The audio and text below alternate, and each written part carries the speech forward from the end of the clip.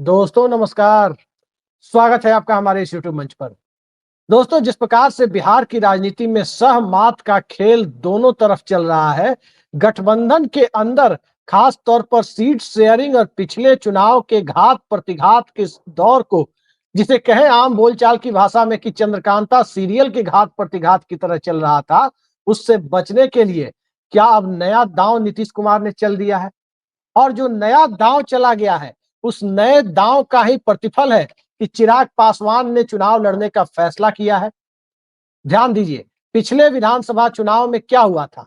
पिछले विधानसभा चुनाव में एनडीए में रहते हुए टारगेटेड तरीके से चिराग पासवान की लोक जनशक्ति पार्टी ने जनता दल यूनाइटेड की सीटों पर चुनाव लड़ा, नीतीश कुमार को जेल भेजने की बातें की और कई जगह कथित तौर पर भाजपा के कैडर ने या तो चुनाव लड़ा या जदयू वाली सीटों पर भाजपा के कैडर ने चिराग पासवान की पार्टी की खुली मदद कर एनडीए के वोटों का बंटवारा कर जनता दल यूनाइटेड को 43 सीटों पर सीमित करने में अपनी भूमिका का निर्वाह किया और इस बात का आरोप जेडीयू के लोगों ने भी लगाया था।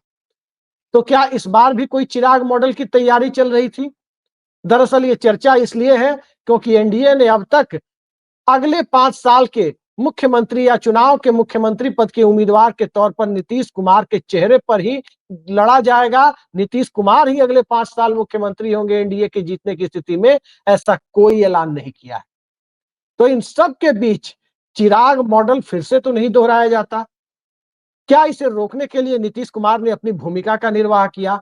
दरअसल पिछले दिनों नीतीश कुमार से मिलने चिराग पासवान पहुंचे थे और अब जो अंदरूनी सूत्रों के हवाले से खबर आ रही है कि नीतीश कुमार ने चिराग पासवान को विधानसभा चुनाव लड़ने के लिए कहा और विधानसभा चुनाव वो भी सामान्य सीट से, जनरल सीट से। जबकि चिराग पासवान दलित समुदाय से आते हैं, आरक्षित सीट से सांसद हैं, तो आरक्षित सीट से चुनाव न लड़कर सामान्य सीट से चुनाव लड़ने के लिए कहा और कथित तौर पर चुनाव में समर्थन का वादा भी किया। अब कहा जा रहा है कि नीतीश कुमार क्यों चिराग पासवान को विधानसभा चुनाव लड़ाना चाहते हैं, तो उसके पीछे का तर्क ये है कि अगर चिराग पासवान विधानसभा चुनाव लड़ते हैं और किसी चिराग मॉडल के तहत लड़ते हैं, अर्थात न तो एनडीए और न ही इंडिया ब्लॉक के साथ लड़ते हैं, यानी तीसरा कोण बनाकर लड़ते हैं, तो स्वाभाविक है कि जमानत बचने की भी संभावना धूमिल होती हुई दिखाई देगी। बड़ी मुश्किल से जमानत बच जाए तो बहुत बड़ी बात है। तो एक केंद्रीय मंत्री अपने पॉलिटिकल करियर को क्यों इस तरह से सैबोटाज कराना चाहेगा कि आखिर वो चुनाव लड़े विधानसभा का और चुनाव हार जाए? नीतीश कुमार की स्ट्रेटजी ये बताई जाती है कि यदि चिराग पासवान चुनाव लड़ेंगे तो कोई केंद्रीय मंत्री खुद को हारता हुआ देखना नहीं चाहेगा और वो एनडीए के गठबंधन के तहत ही चुनाव लड़ना चाहेंगे। और एनडीए गठबंधन के तहत यदि चिराग पासवान चुनाव लड़ेंगे तो इसका सीधा मतलब ये हुआ कि कोई चिराग मॉडल नहीं होगा। और जितनी ज्यादा सीटों पर वे दावेदारी एनडीए के अंदर करेंगे, वो चूंकि भारतीय जनता पार्टी का सिरदर्द है कि उन्हें कितना सीट देना है, तो बीजेपी पर दबाव बनाने में भी उन्हें कहीं ना कहीं सहूलियत होगी कि बीजेपी चिराग पासवान से उलझती रहे और नीतीश कुमार का काम बनता रहे। तो एक ये स्थिति है। लेकिन इन सब के बीच जब पासवान परिवार यानी एक दलित परिवार की लड़की के साथ दरिंदगी की घटना मुजफ्फरपुर जिले में आती है, उस बच्ची की जान चली गई, तो चिराग पासवान कौन सी दलित राजनीति कर रहे हैं, कौन सी दलित चेतना जगा रहे हैं? अब तक वहां पर चिराग पासवान पहुंचे नहीं। तो किस तरह की राजनीति हो रही है? इन सब के बीच राजेश राम पहुंच गए हैं और महागठबंधन में क्या चल रहा है उसकी भी चर्चा करेंगे। लेकिन चर्चा के लिए हमारे साथ ऋषि मिश्रा जी हमेशा की तरह मौजूद हैं। बिहार की राजनीति के लाइव वायर कहे जाते हैं और ऋषि जी से पहला और सीधा सवाल और सीधा उत्तर भी हम चाहेंगे कि ऋषि जी, ये बताइए हमारे दर्शकों को आप कि चिराग पासवान को चुनाव लड़ाकर नीतीश कुमार ने बीजेपी का सरदर्द क्यों बढ़ा दिया है और अपना रास्ता सुरक्षित करने की रणनीति कैसे तैयार की है? जो बातें चर्चा में थी वो तो मैंने इंट्रो में बता दी, लेकिन क्या वाकई इसमें कुछ दम है या अंदर देखिए खाने नीतीश कोई और स्ट्रेटजी है? देखिए नीतीश कुमार एक तीर से दो शिकार करना चाहते हैं। एक तो चिराग पासवान को विधानसभा चुनाव लड़ाना चाहते हैं और दूसरी तरफ उनकी जो महत्वाकांक्षा है उसको भी वो थोड़ा मतलब स्पेस देना चाहते हैं और उसी संदर्भ में आप देखिए उनके जो बहनोई हैं, सांसद हैं, बिहार के प्रभारी भी हैं लोजपा के, अरुण भारती ने बयान दिया है कि कुछ खास कुछ खास लोग हैं जो हमारे पार्टी को एक सीमित दायरा में रखना चाहते हैं। क्या ये हमला बीजेपी पर है? क्योंकि देखिए, इसको मैं जेडीयू से जोड़ को नहीं देखता हूं। नीतीश कुमार के सलाह पे यदि चिराग पासवान चुनाव लड़ते हैं, विधानसभा का चुनाव लड़ते हैं, वो भी जनरल सीट से, तो उनकी महत्वाकांक्षा बढ़ जाएगी, क्योंकि राज्य के राजनीति में उन पार्टी के सुप्रीमो इन्वॉल्व हो रहे हैं, और जिस पार्टी के सुप्रीमो विधानसभा चुनाव में इन्वॉल्व हो रहे हैं, इसका अर्थ यह है कि वह पार्टी अधिक से अधिक सीटों में चुनाव लड़ना चाहेगी। ऐसा चर्चा है। 33 सीटों का फार्मूला बीजेपी को एलजेपी ने दिया है, और उनकी पार्टी बीजेपी के कोटे में है। जेडीयू का स्पष्ट कहना है कि एलजेपी का गठबंधन बीजेपी से है, ना कि जेडीयू से है। जेडीयू का गठबंधन बीजेपी से है, बीजेपी का गठबंधन एलजेपी, हम और उपेंद्र कुशवाहा से है। तो नीतीश कुमार एक तीर से कई शिकार करना चाहते हैं। एक तरफ राज्य के राजनीति में लोजपा को लाना चाहते हैं, दूसरी तरफ उनकी महत्वाकांक्षा को बढ़ाना चाहते हैं। तीसरा महत्वपूर्ण डेवलपमेंट यह है कि कोई भी, आपने बिल्कुल सही कहा, कोई केंद्रीय मंत्री यदि अपने पॉलिटिकल कैरियर को दांव पे लगा के, वर्तमान में चिराग पासवान केंद्रीय मंत्री हैं, इंपॉर्टेंट प्रोफाइल है उनके पास, इतने कम उम्र में केंद्रीय मंत्री हैं, केंद्रीय मंत्री पद छोड़ के यदि वो विधानसभा चुनाव लड़ेंगे, और खुदा न खास वो विधानसभा चुनाव यदि हार जाते हैं, तो उस व्यक्ति, उस पार्टी की राजनीति, पॉलिटिकल पर्सपेक्टिव एक तरह से खत्म हो जाएगा। तो नीतीश कुमार चाहते हैं कि विधानसभा चुनाव भी लड़े, बीजेपी पर दबाव बनाए, अधिक से अधिक सीटों पर लड़े, और ऑपरेशन चिराग जैसे जो मन में उनके 2020 में ये थ्योरी उपजा, जिसको बीजेपी ने हवा दिया, और इसका नुकसान जेडीयू को उठाना पड़ा। तो इस बार नीतीश कुमार चाहते हैं कि राज्य के राजनीति में चिराग इन्वॉल्व रहे। अकेले लड़ने की हिम्मत नहीं है चिराग पासवान की, तब जब चिराग पासवान खुद विधानसभा चुनाव लड़ेंगे। तो एनडीए में रह के आप विधानसभा चुनाव लड़ाइए, और खाली मन जो शैतान का होता है, विधानसभा चुनाव में कंसंट्रेट कीजिए, कोई ऑपरेशन चिराग नहीं, बीजेपी पर दबाव बनाइए। एक बात, दूसरी बात, आपने नरेंद्र मोदी की जो रैली हुई है विक्रमगंज में, उसमें कुछ रीड किया है? इंपॉर्टेंट रीडिंग ये है कि एक तो उपेंद्र कुशवाहा का नाम नहीं लेना, क्योंकि उपेंद्र कुशवाहा का नीतीश कुमार से जो है इन दिनों संबंध बेहतर होते जा रहे हैं। और नई डेवलपमेंट ये है कि जनरली देखा जाता है कि प्रधानमंत्री जिस कार्यक्रम में शिरकत करते हैं, तो प्रधानमंत्री जब मंच पे आते हैं तो सिर्फ एक ही नेता का भाषण होता है, वो भी खासकर बिहार में यदि हो तो वो मुख्यमंत्री का। लेकिन इस बार नया बदलाव मैंने देखा है, मैंने रीड किया है कि प्रधानमंत्री मंच पे आते हैं, उससे मंच पे आते ही सम्राट चौधरी का भाषण होता है, उसके बाद नीतीश कुमार का होता है, और फिर उसके बाद प्रधानमंत्री का होता है। इसका जो बिटवीन द लाइन रीडिंग मेरा ये है कि सम्राट चौधरी का जो स्पेस, जो कद है, बीजेपी बढ़ाने जा रही है एक ओबीसी नेता के रूप में, ताकि भविष्य में नीतीश कुमार का रिप्लेसमेंट बन सके। और नीतीश कुमार उस रैली के बाद आपने देखा कि विजेंद्र यादव से कैसे मुलाकात होती है, क्लोज डोर मीटिंग होती है, पहले विजेंद्र यादव को बुलाया जाता है, उस पर अकेले में। सुन ले, मैं खत्म कर रहा हूँ। एक गांधी सराफ भी होते हैं, लेकिन गांधी और सराफ को बाहर कर दिया जाता है, सीएम आवास में ही रहते हैं, लेकिन जब बैठक होती है तो विजेंद्र यादव और नीतीश अकेले में मिलते हैं। तो तमाम चीजें जो चर्चाएं हैं, अटकलें हैं, कब क्या हो जाए राजनीति में कहा नहीं जा सकता। जी ऋषि जी, किसी भी क्षेत्रीय पार्टी में जब बहुत बड़ा जनाधार नहीं हो या किसी तरह की आशंका हो, तो आमतौर पर सुप्रीमो चुनाव नहीं लड़ते। आपने कभी बाल ठाकरे या उद्धव ठाकरे को चुनाव लड़ते हुए नहीं देखा होगा विधानसभा का।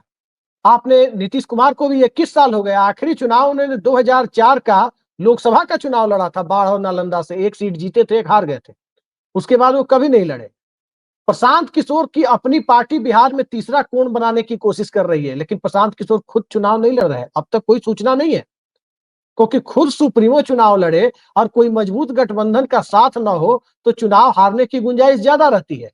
तो चिराग पासवान भी यदि 2020 वाले मॉडल में उनकी पार्टी होती, तो जैसा आपने बताया कि चुनाव लड़ने पर ढाक के 3-5 नतीजा आता, खुद हार जाते तो लोग सीरियसली लेना ही बंद कर देते चिराग पासवान को। अब जब चुनाव लड़ेंगे तो उनकी मजबूरी है कि या तो एनडीए ब्लॉक में रहे या इंडिया ब्लॉक में रहे। केंद्रीय मंत्री है तो एनडीए ब्लॉक में ही रहेंगे। एनडीए ब्लॉक में रहेंगे तो खुद चुनाव लड़ेंगे तो नीतीश कुमार का वोट भी चाहिए, तो नीतीश कुमार के साथ गिव एंड टेक भी होगा कि ठीक है तो आपका वोट भी हमें चाहिए, आप इधर उधर कर नहीं सकते। तो नीतीश कुमार ने चिराग पासवान को बांधने के साथ साथ कहीं भारतीय जनता पार्टी को नहले पर दहला तो नहीं दे दिया? बिल्कुल, मैंने शुरू में कहा एक तीर से कई शिकार नीतीश कुमार कर रहे हैं। नीतीश कुमार भी सौ और मात का खेल खेल रहे हैं। बीजेपी एक तरह से नीतीश कुमार के साथ लुका छुपी वाली खेल खेल रही है कि इस प्रोग्राम में घोषणा होगा, उस प्रोग्राम में घोषणा होगा। हम लोगों भी ने भी कई बार चलाया।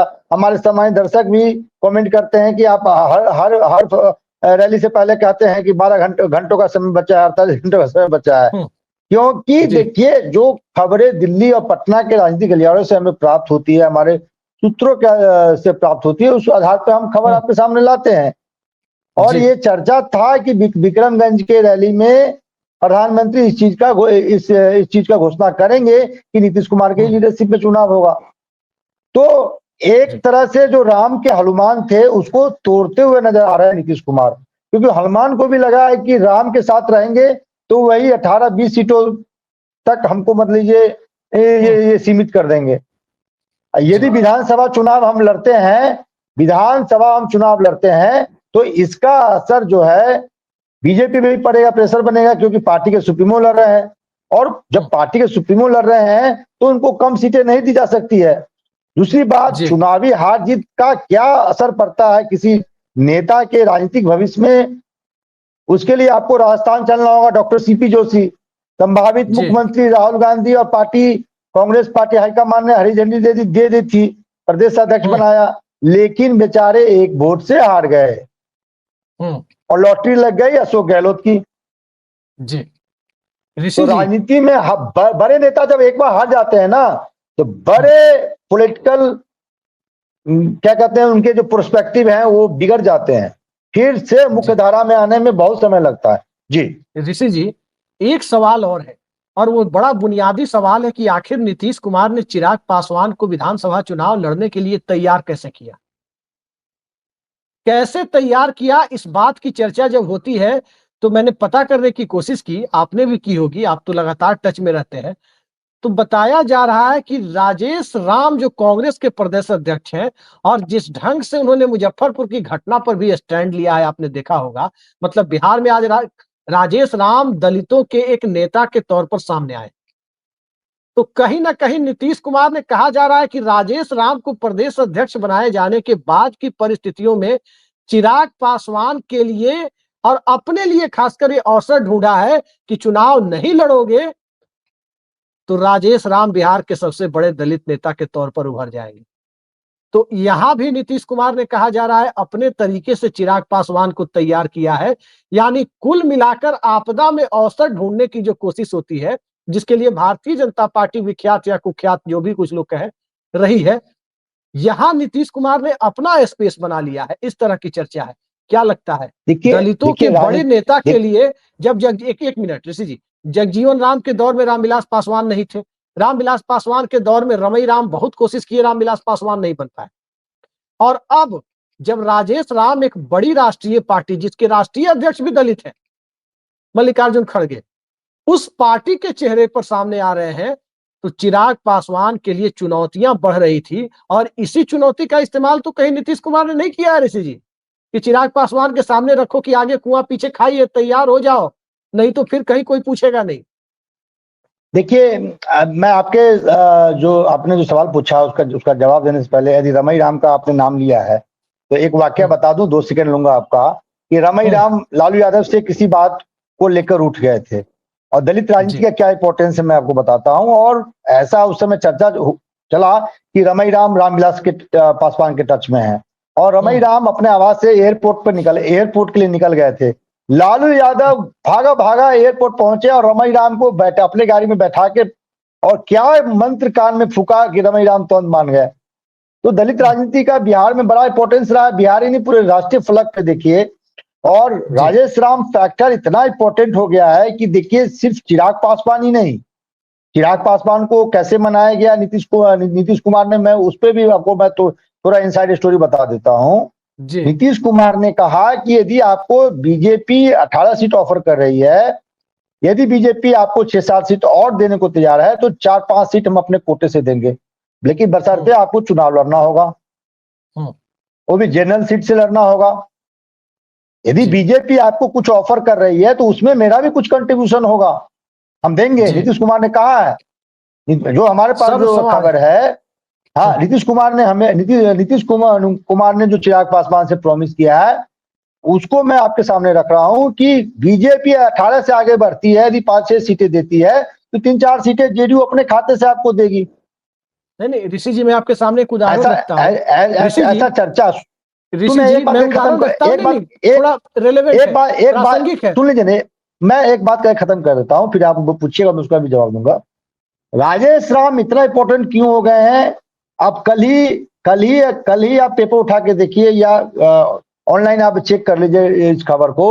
भाजपा पूरे बिहार में रविदास समारोह मनाने जा रही है, हर जिले हर ब्लॉक में रविदास जयंती मनाने जा रही है, रविदास समारोह मनाने जा रही है। जी क्योंकि राजेश राम जिस रफ्तार से आगे बढ़ रहे हैं, जिस प्रकार से वो नैरेटिव बना रहे हैं, कल आपने देखा भी है 2-3 दिनों में जिस प्रकार से उनके जो राजनीतिक कौशल उभर कर आया है, लीडरशिप उभर के आया है, संघर्ष करने की जो प्रवृत्ति उन्होंने सड़कों पे दिखाया है, उससे बीजेपी और एनडीए के तमाम रणनीतिकार बेचैन है।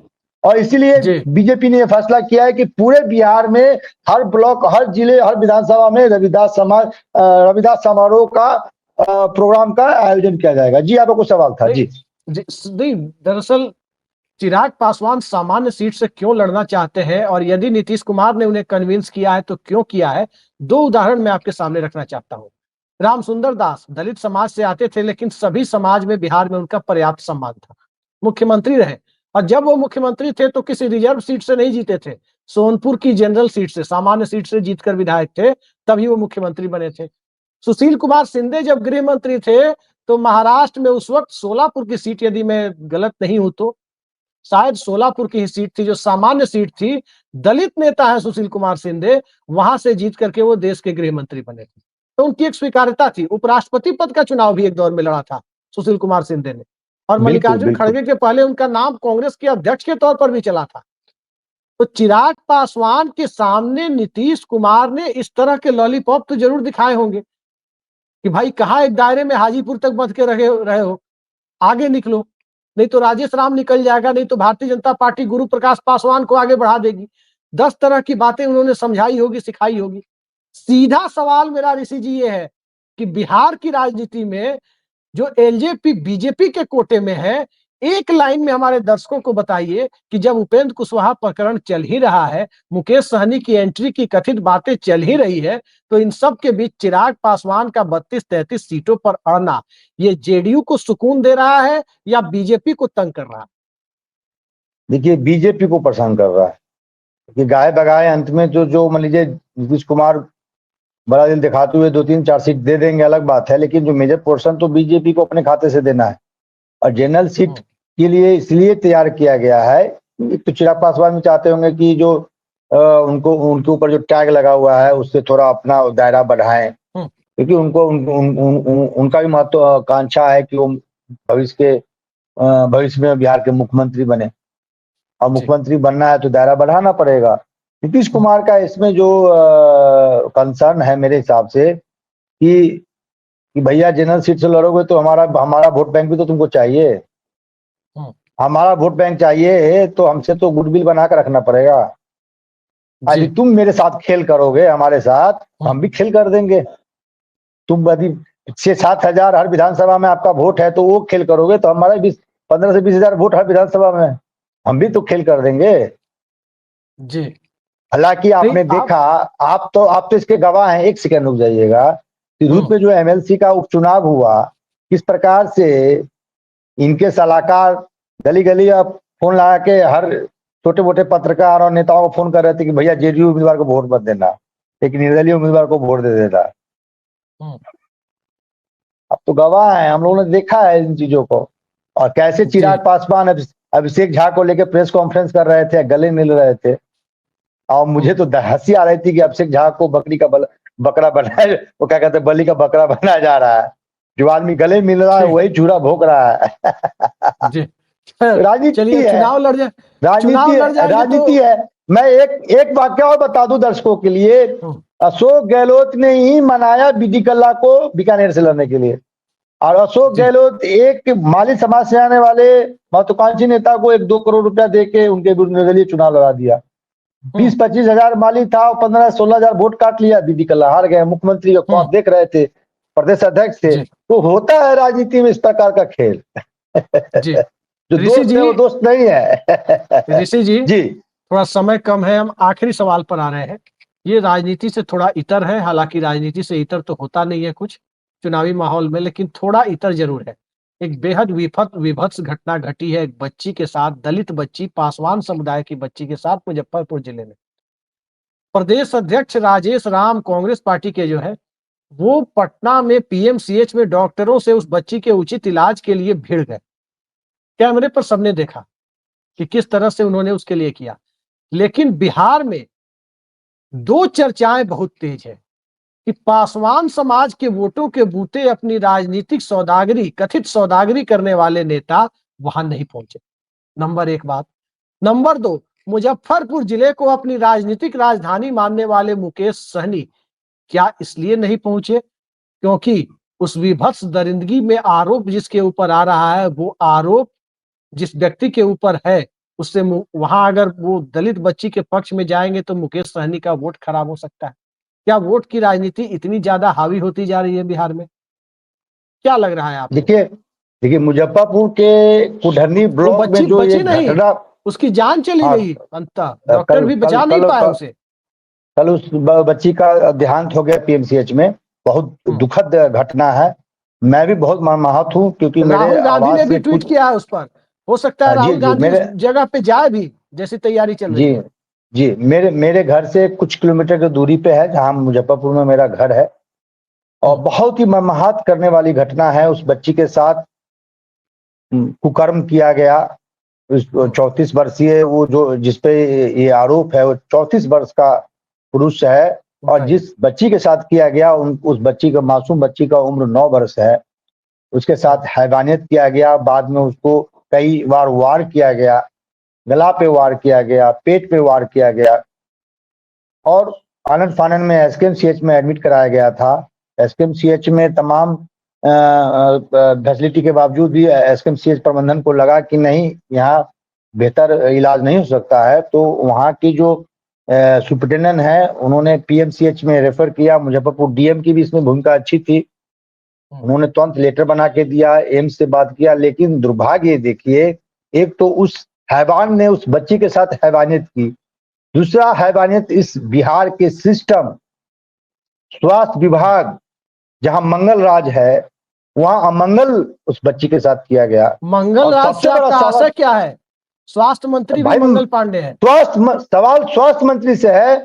राजेश राम जो बिहार प्रदेश कांग्रेस के अध्यक्ष हैं, राजेश राम 2 टर्म के एमएलए, उनके पिता स्वास्थ्य मंत्री। इतना बड़ा नेता, बिहार प्रदेश कांग्रेस अध्यक्ष का पद छोटा मोटा नहीं होता है। वो खुद संघर्ष करते हुए नजर आए पीएमसीएच में। और राजेश राम ने फोन किया बजाते मंगल पांडे के मोबाइल पे। मंगल पांडे ने फोन उठाना मुनासिब नहीं समझा, और आज तक, जैसे मेरे पास जो खबर है, अभी तक कॉल बैक मंगल पांडे ने नहीं किया है। सबसे बड़ी दुर्भाग्य देखिए, कुढ़नी के जो विधायक हैं, केदार गुप्ता, बीजेपी से विधायक हैं, मंत्री हैं बिहार सरकार में, वो चाहते तो डायरेक्ट मंगल पांडे से बात करते, डायरेक्ट प्रत्यय अमृत से बात करते, डायरेक्ट सुप्रिटेंडेंट से बात करते। और बच्ची कई घंटों तक एम्बुलेंस में पड़ी रही। बच्ची को ना आईसीयू में अरेंजमेंट हो पाया, ना अस्पताल में बेड मिल पाया। नहीं, तो और एक चीज बताइए ऋषि गले जी। गले में ब्लड की ब्लीडिंग होने के कारण उस बच्ची ने कल पीएमसीएच में दम तोड़ दिया है। बच्ची ने ऋषि पीएमसीएच जी, में दम नहीं तोड़ा है, इस सिस्टम पे करारा तमाचा मारा है। ऋषि जी, ये बताइए, इस सुशासन बाबू कहे जाते हैं नीतीश कुमार, इन सुशासन बाबू के राज में ऐसे ऐसे दुशासन कहां से पैदा हो जाते हैं? क्या नीतीश कुमार के पास ऐसा कोई इलाज नहीं है? और अगर नहीं है तो उन्हें पद पर बने रहने का कोई मुझे नैतिक अधिकार नहीं है। मुझे आश्चर्य लगता है।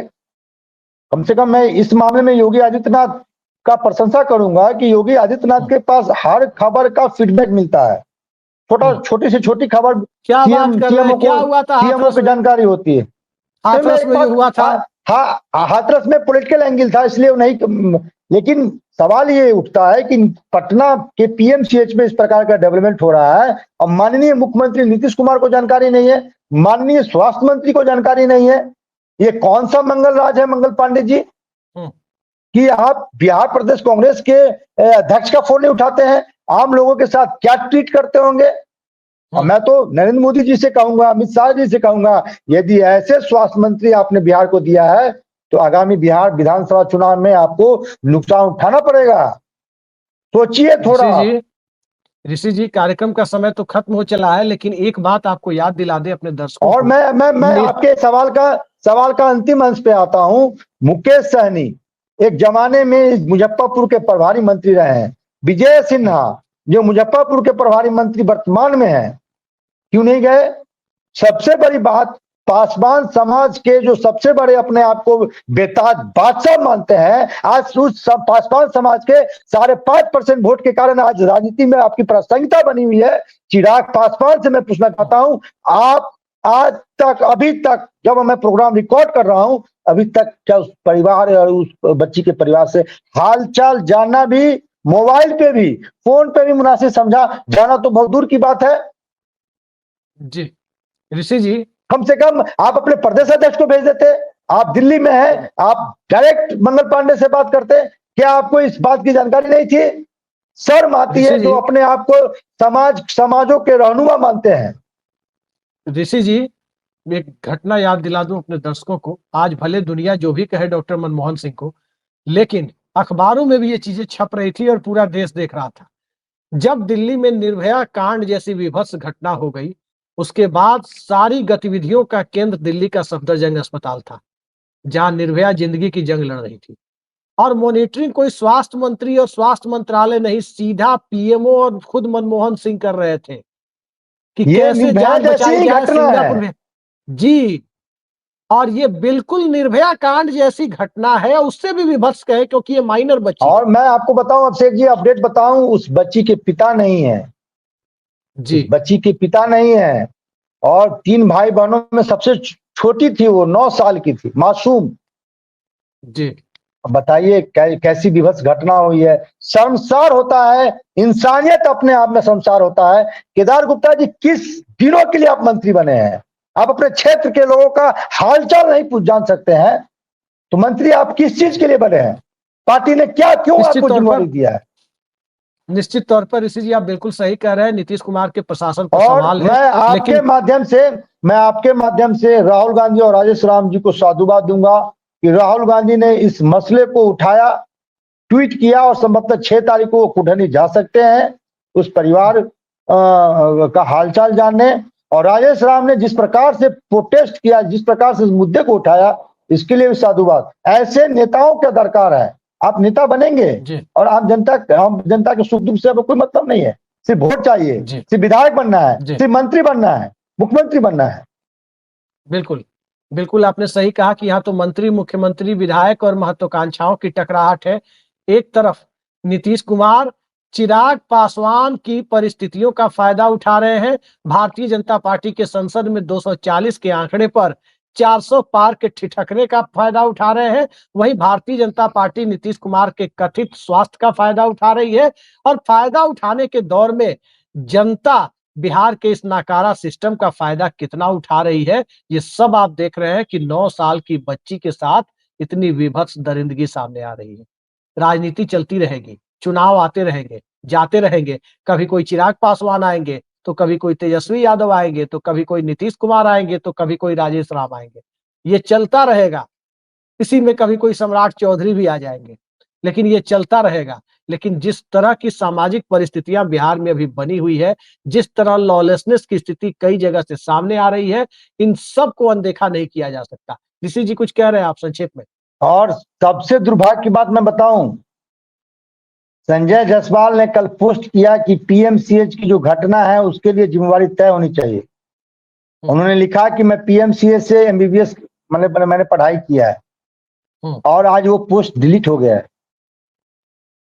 आज जो संजय जायसवाल जो बीजेपी के टॉप 3 टॉप 4 नेताओं में आते हैं, मुख्यमंत्री के रेस में उनको माना जाता है। कल तो उनकी आत्मा जागी, लेकिन आज आत्मा सो गई। आज वो पोस्ट डिलीट कर दिया गया है जय जायसवाल द्वारा। जय हो हमारे नेता, जय हो हमारे, जो हम लोग किसी के रहनुमा मान लेते हैं, किसी के फैन हो जाते हैं।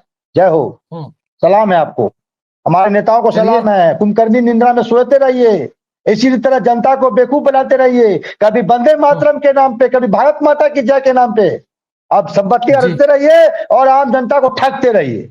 चलिए, नहीं वो तो देखिए, जनता ठगे जाने की अभिशप्त है, क्योंकि जनता को भी, हमारे व्यूअर्स, हम सब खुद उसी जनता का हिस्सा है।